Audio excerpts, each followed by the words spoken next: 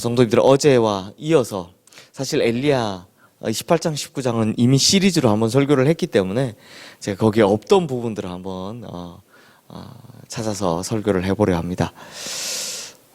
성도님들 요즘 핫한 스포츠 선수들이 몇 명 있죠. 누굽니까? 대표적인 손흥민이라는 선수가 있습니다. 그 이전에는 이제 박지성, 뭐 김연아, 또 우리 수영 선수 박태환 이런 선수들이 있었죠.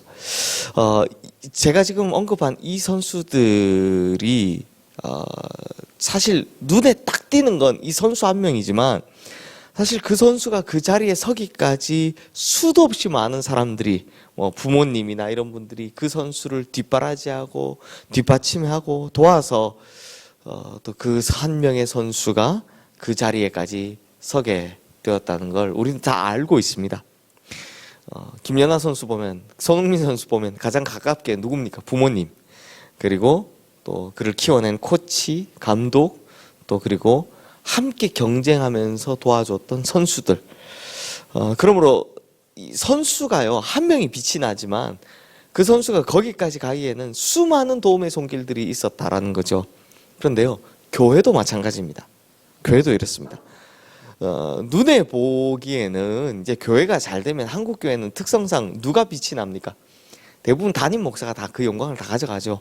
그렇지만 실제로는 모든 성도님들, 모든 교인들이 함께 기도하고 함께 동력하기 때문에 또 참 보이지 않는 자리, 제가 늘 감사하다 말씀드리지만 보이지 않는 자리에서 이리 뛰고 막 저리 뛰고 막 그렇게 같이 움직여주는 분들이 많으시기 때문에 이 큰 교회가, 이렇게 큰 교회가 일사불란하게 잘 움직여 간다라는 겁니다.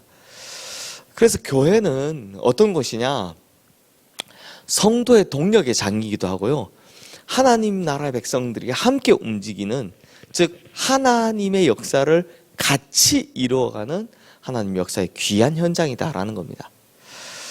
그런데 가끔은 스타병에 빠지는 사람들을 볼 수 있죠. 특히 이제 목사님들. 수많은 성도들이 돕고 헌신하고 동력해서 여기까지 왔음에도 불구하고 그들의 수고를 다 잊어버리고 자기 혼자 영광을 받습니다. 교회가 성장하고 부흥하면 물론 목사님들의 영향이 컸겠지만 이 목사님 혼자 자기 능력이라고 생각하면 그때부터 교회는 이제 잘못된 방향으로 가는 겁니다. 그러니 뭐 한참 우리 한국 교회가 시끄러웠던 뭐 세습이라든지 이제 엉뚱한 일들을 목사님들이 결정해서 하는 이런 일들이 발생하게 되죠. 반면에 또 교회가 잘못된다 할지라도 한 사람의 책임이 아닙니다. 공동체는요, 항상 함께 책임져야 되고 또 함께 영광을 받는 게 정상입니다. 이걸 동력이라고 하죠. 그래서 오늘 본문은요, 하나님께서 엘리야에게 이 동력이라는 것에 대한 의미를 확실하게 심어주고 계십니다. 오늘 본문인 이 열왕기상 19장의 이야기는 이제 그 위대한 갈멜산 사건 이후의 이야기입니다.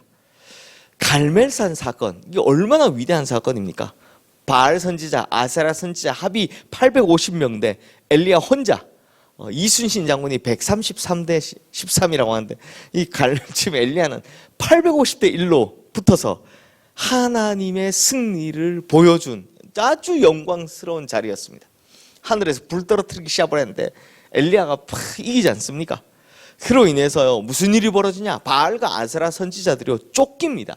그래서 이스라엘 백성들이, 그 간사한 이스라엘 백성들이, 우리가 누구와 보고 내가 하나님인지 결정하겠다 이랬던 이스라엘 백성들이 그 사건 이후로 그냥 쫓아가가지고 이 바알과 아세라 선지자 850명을 다 골짜기에서 죽여버립니다.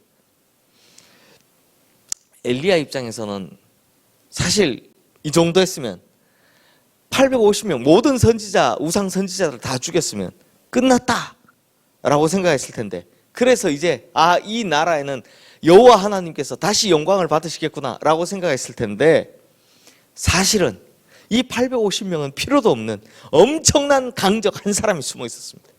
그 사람이 누굽니까? 바로 왕비 이세벨이었습니다. 이세벨이 그 이야기를 듣더니, 850명이 죽었다는 이야기를 듣더니, 하늘에서 불이 떨어졌다는 이야기를 듣더니 하는 말이 내일 안에 엘리야를 죽이겠다 라고 하는 겁니다. 그건 참 이상하죠. 엄청난 기적을 일으켰던 엘리야는 오히려 쫄아서 도망을 가고요. 엄청난 기적에 당했던 이세벨은 눈 하나 깜짝 안 하는 겁니다. 제가 엘리야였으면 날 죽이겠다고 하나님 저 이세벨 여인 위에도 불을 떨어뜨려 주십시오 이렇게 기도했을 것 같습니다. 그런데 이 여인이 얼마나 무서웠는지 엘리야는 도망가고요. 이세벨은 당당하게 눈 하나 깜짝하지 않고 엘리야를 찾아 죽이겠다라고 이야기를 합니다. 그리고 도망간 엘리야가 뭐 하느냐? 오히려 하나님 앞에서 자기가 죽기를 기도하고 있습니다. 그때 엘리야가 뭐라고 하느냐? 오늘 본문 이제 10절 14절 말씀이 사실 똑같은데요. 우리는 10절 말씀 함께 읽겠습니다.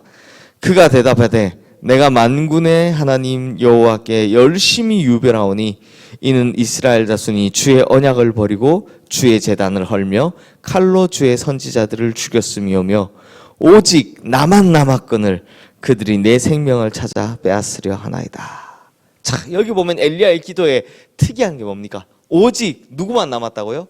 나만 남았거늘. 지금 엘리야의 하는 기도를 보면 엘리야의 마음이 무너진 배경이 나오는 거예요. 어제 우리가 봤던 바로 외로움이라는 거죠. 다 순교당했다고 생각한 거예요. 근데 엘리야가요, 이런 생각을 하는 것이 이번이 처음이 아니었습니다. 우리가 어제 봤던 열왕기상 18장 22절 말씀에도 보면 여호와의 선지자는 나만 홀로 남았으나 바알의 선지자는 450명이로다 라고 말하는 장면이 나옵니다. 다 죽고 나 혼자 남았다고 생각하는 겁니다. 그러니 늘 외로움이 그를 괴롭히는 거죠. 그러자 하나님께서 그의 외로움을 이제 달려주십니다. 우리 다 함께 오늘 보면 18절 말씀 함께 읽겠습니다. 그러나 내가 이스라엘 가운데 7,000명을 남기리니 다 바알에게 무릎을 꿇지 아니하고 다 바알에게 입맞추지 아니한 자니라. 하나님께서 엘리야와 같은 사람 몇 명 있다고 합니까? 7,000명 남겨주겠다고 합니다. 그리고 어제 우리가 봤듯이 바로 앞장에서 오바댜를 통해서 선지자 몇 명이 숨어 있다고 합니까? 100명이 숨어 있다고 합니다. 그러면 이게 무슨 뜻입니까? 이게 무슨 뜻이냐? 야, 내가 7,000명 남겨주겠다. 뭐 이 7,000명을 가지고 완전 순위 뭐 여러 가지 이야기가 있지만 제가 보기엔 계속 외롭다 했잖아요. 그러니 야, 걱정하지 마. 내가 7,000명 너한테 붙여줄게. 이런 말이기도 하고요. 또 반면에 7,000명 중에서 내가 수없이 많은 사람을 선택할 수 있었지만 난 누구 선택했다? 엘리야 너 선택했다. 그러니 외로워하지 마라 라는 이야기를 하는 겁니다. 사랑하는 성도님들, 엘리야가 그런 엄청난 기적을 행하고도 영적 침체기에 빠져들었던 이유가 뭐였습니까? 나 혼자만 일하는 것 같거든요. 나 혼자만 하는 것 같거든요. 그 외로움이었습니다. 그런데요, 이건 잘 몰라서 그렇다는 겁니다. 하나님 나라를 위해서, 하나님 사역을 위해서 보이지 않는 곳에서 같은 마음으로 수도 없이 많이 움직이는 동역자들은 어느 시대나 있습니다.